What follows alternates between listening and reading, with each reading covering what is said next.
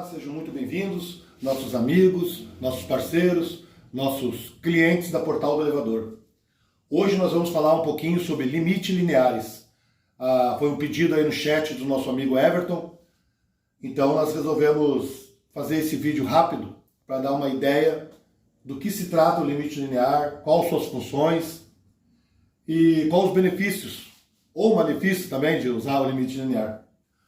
Vamos lá. Vamos começar pelas funções, então. Então, os limites lineares, eles foram criados para substituir os limites eletromecânicos. Vamos, então, falar das vantagens. Melhor falar das vantagens, é mais didático.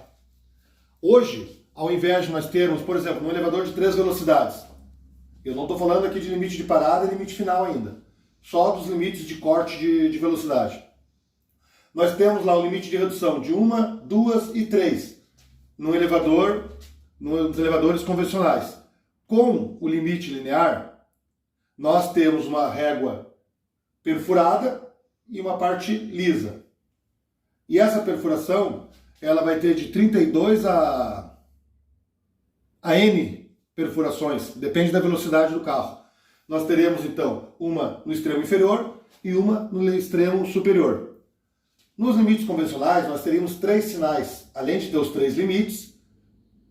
No caso, não estou falando de novo do limite de parada e do final.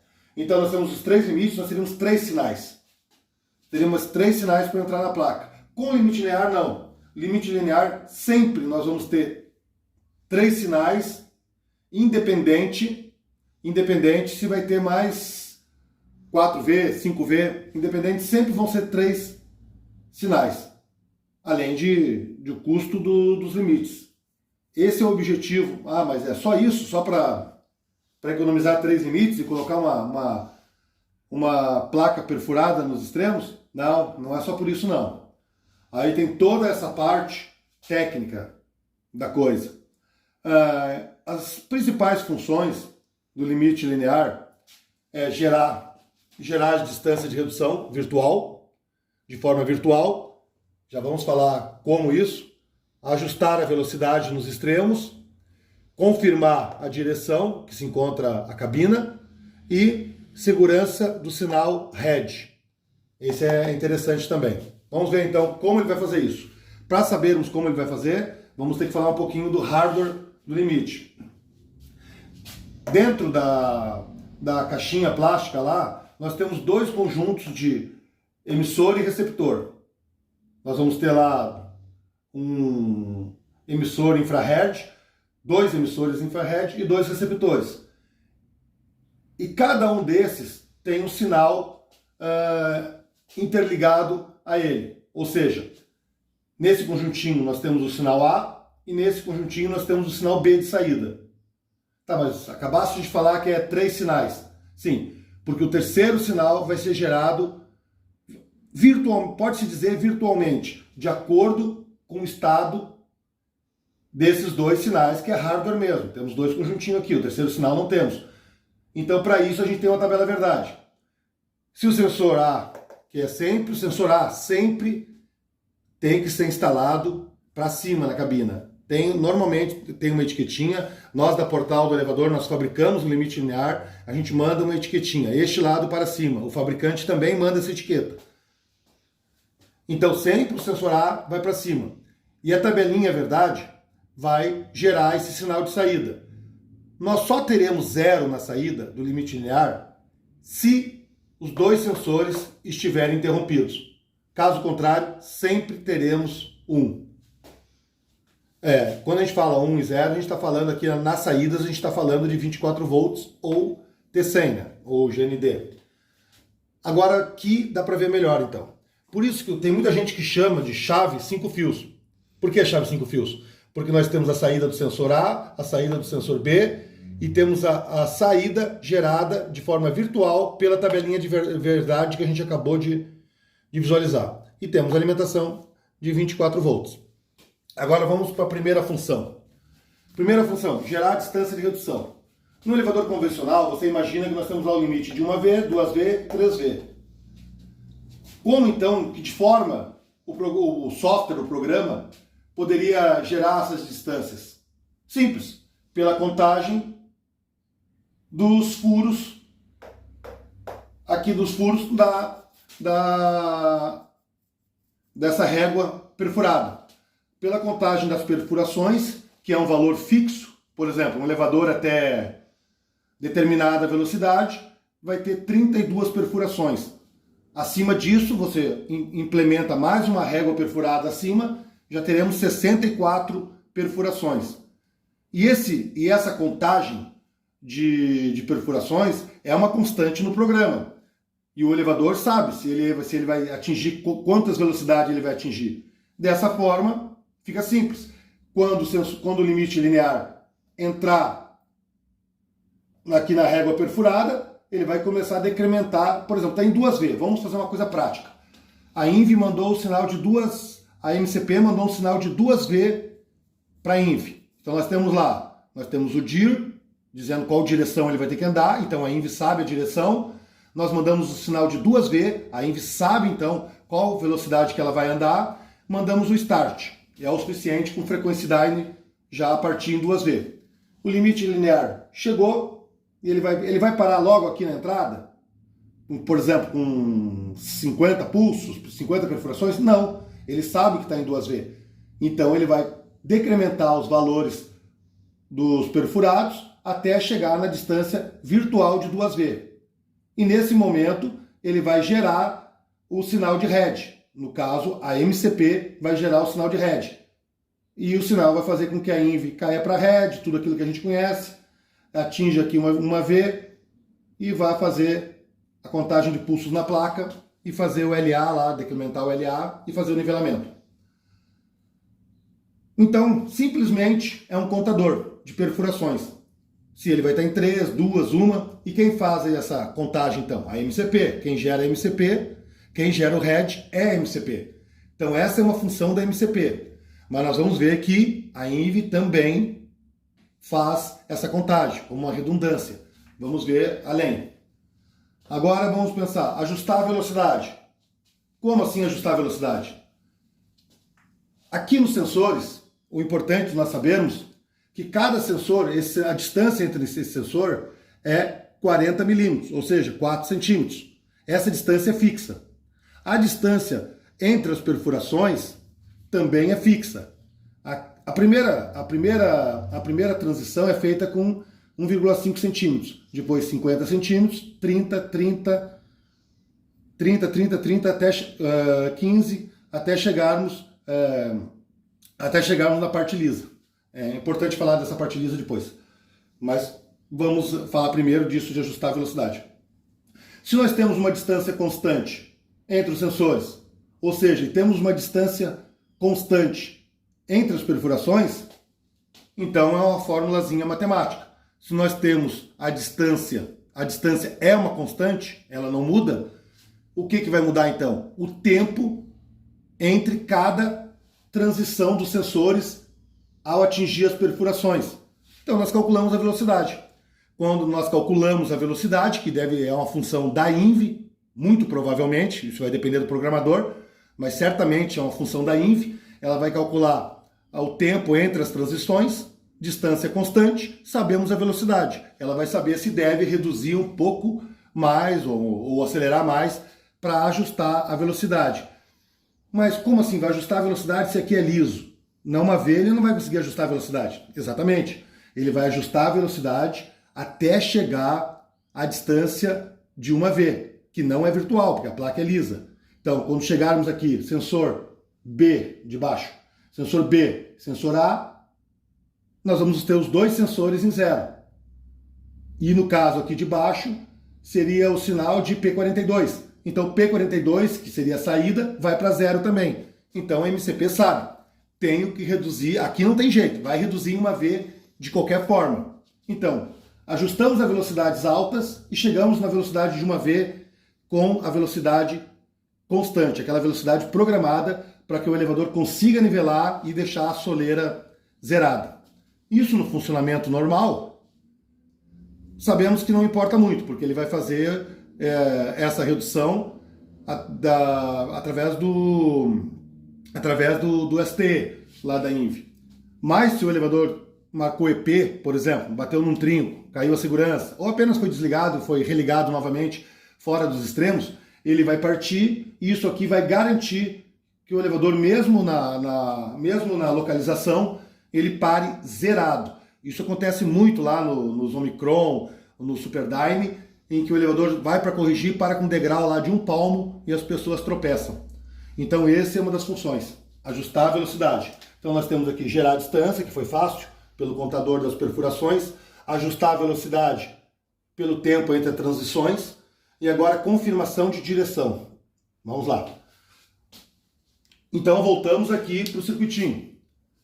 Pelo hardware das placas, nós temos 2 sensores. Sempre vão estar na mesma posição, este lado para cima. Se o elevador então estiver descendo, nós teremos a primeira transição em B e depois em A. Se o elevador está subindo, a régua vai estar ao contrário, nós temos a primeira transição em A e depois em B. Então aí nós temos o sentido do elevador. Se a primeira transição for B, o elevador está descendo. Se a primeira transição for A, o elevador está subindo. Agora vocês entendem porque aquela falha de limites linear, normalmente quando ele atinge um extremo da falha de limite linear, pode ter certeza que foi instalado o sensor errado, ou então já tinha um problema aqui num deles, já estava interrompido. Então assim se confirma a direção. Tá, mas ele é usado também na parada. Sim, ele é usado na parada, só que na parada é uma chapa lisa de 150 milímetros ou 200, não me lembro agora. Então o que acontece?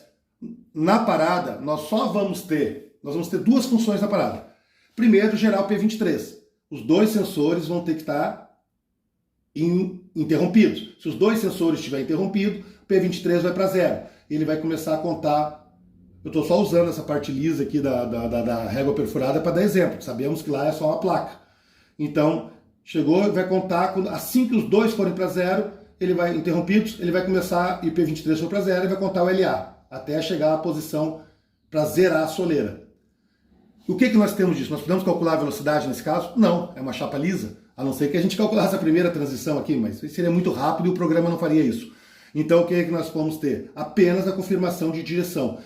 Então, cada vez que o elevador nivelar, pode ser gerado um problema também de direção quando ele chega nos andares.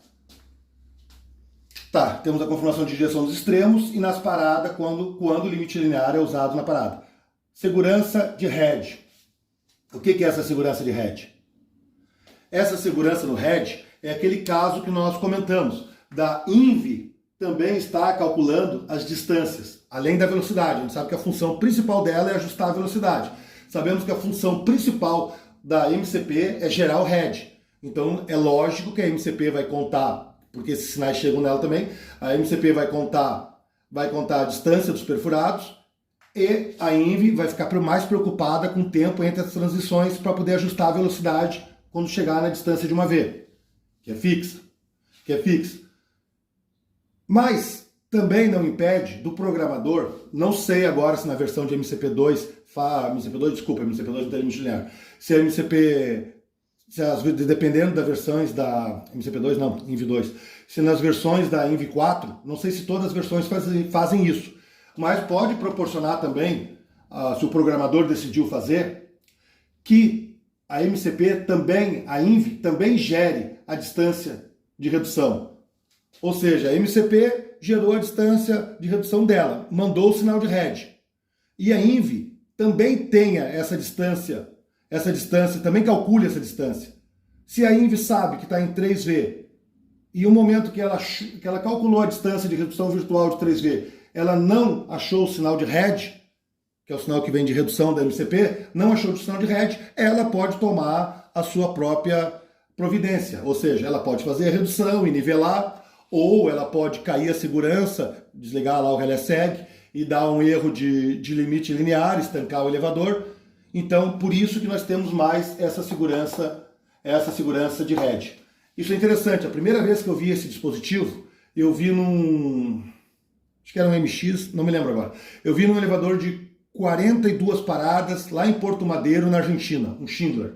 Foi a primeira vez. E lá nem entra nas placas.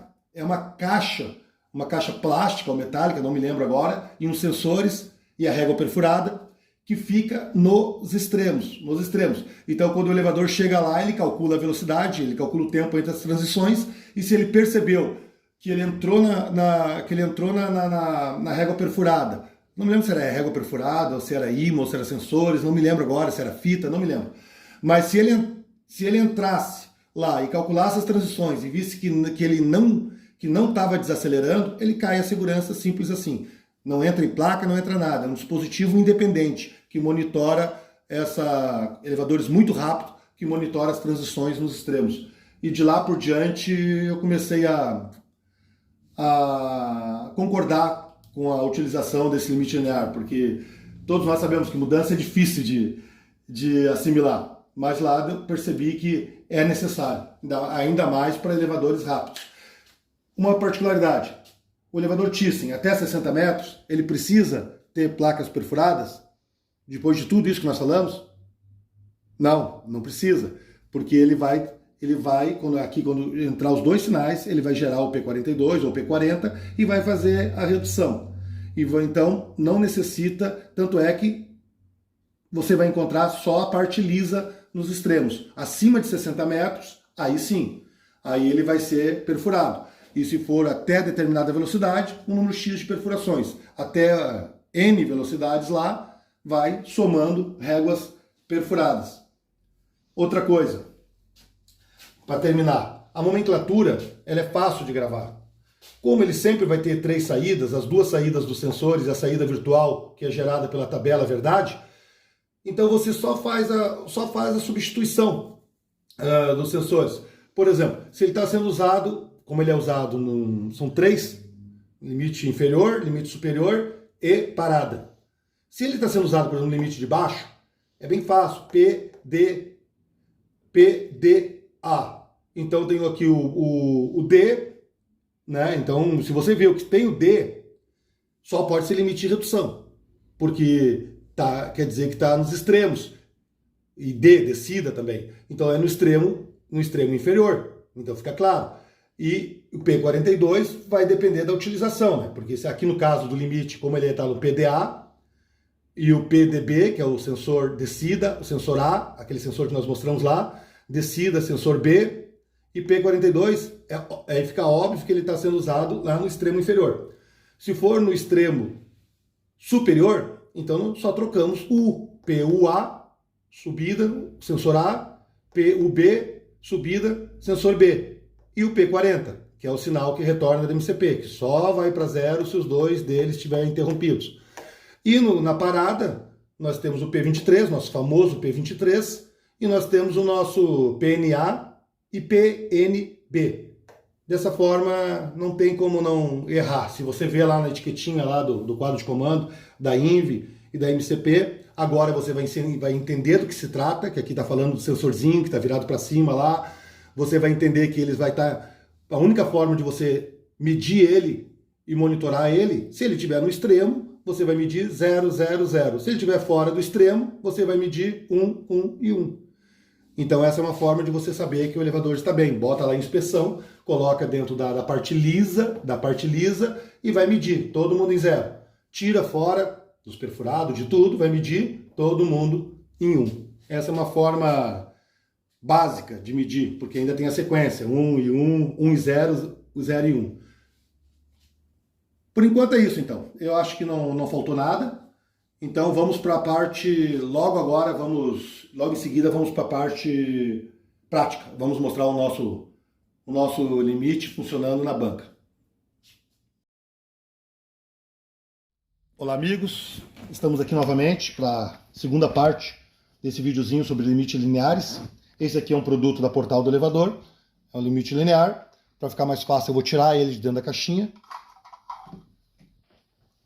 E aqui, como nós comentamos naquele momento, aqui no limite aqui, Juliana, por favor, aqui no limite aqui, nós temos um sensor transmissor, emissor e um receptor. Aqui nós temos o outro transmissor e ali o outro receptor.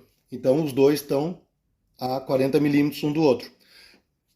Quando nós comentamos lá sobre o sensor A, como identificar, fica fácil. Eu vou cortar esse sensor de cima e lá no LED nós vamos ver. Vai cortar só o A. Essa é a tabelinha verdade aquela. Ou seja, se cortarmos só o sensor A, não vai mudar o do meio, que é a saída virtual, que é a tabelinha verdade aquela. Agora eu vou cortar o de baixo. E essa é a posição. Se você tem dúvida, você pede para alguém em cima da cabine cortar apenas o sensor de cima e mede lá nas placas, que vai ter que ser, como comentamos, o PDA, o PUA ou o PNA, dependendo da função dele no equipamento. Agora eu vou cortar o de baixo. Cortei o de baixo, B, e não variou o do meio. Agora vamos interromper os dois. Interrompemos os dois. É a única forma do P42, do P40 e do P23 oscilar. Vamos novamente. Interrompemos os dois e variamos. Agora interrompemos só o B, nada, interrompemos o A. Essa é a tabelinha verdade. Nós tivemos aqui o trabalho de fazer um perfurado aqui. Não dava para fazer os 32 aí, mas aqui é a simulação. Aqui dá o perfurado, né? Temos 15, 50, 30, 50 e aqui a parte lisa, onde vai ser gerado o sinal de uma V. O que é importante disso aqui? O importante disso aqui é você perceber que mesmo quando ele estiver no perfurado, você nunca vai ter os dois sensores interrompidos. Nunca. Só fora da placa é que não vamos ter os dois sensores. Dentro da parte lisa é que vamos ter os dois sensores interrompidos. Aqui fica claro o teste. Eu vou passar ela aqui. Vamos lá. Pode filmar aqui. Vamos lá. O elevador vai estar descendo. Vamos lá. Primeiro o B. Ele voltou. Agora o A. Agora o B novamente. A. E agora vai pegar a parte lisa. B. Parte lisa. Gerou, no caso, como aqui é descida, gerou o nosso P42. E durante a parte onde ele está passando pelos perfurados, a transição sempre vai ser... Nunca vai ser os dois juntos. Lá, B, A, B, A, B e a parte lisa. Então é isso. São conectores, os conectores aqui são os conectores de 9 vias, que é fácil de medir, você sempre vai medir, você sempre vai deixar, isso aqui é uma coisa para quem não trabalha com Thyssen e Atlas para saber. A parte lisa, onde tem duas meia-luas, tem uma meia-lua embaixo, pode ser de 12, de 9 vias, e aqui tem duas meia-luas. Esse lado é o lado de cima.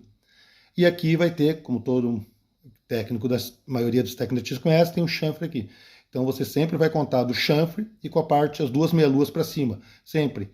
1, 2, 3 e volta para baixo do 1. 4, 5, 6, volta para baixo do 1. 7, 8, 9. Amigos, espero que esse vídeo tenha ajudado para que possam resolver os problemas aí em campo, que nós sabemos que não é fácil, trabalhamos muito tempo com manutenção de elevadores. Quero agradecer a todos, agradecer ao Everton por ter colocado no chat aí esse pedido, agradecer a nossa câmera aqui, nossa Juliana, e por enquanto é isso. Um abraço a todos.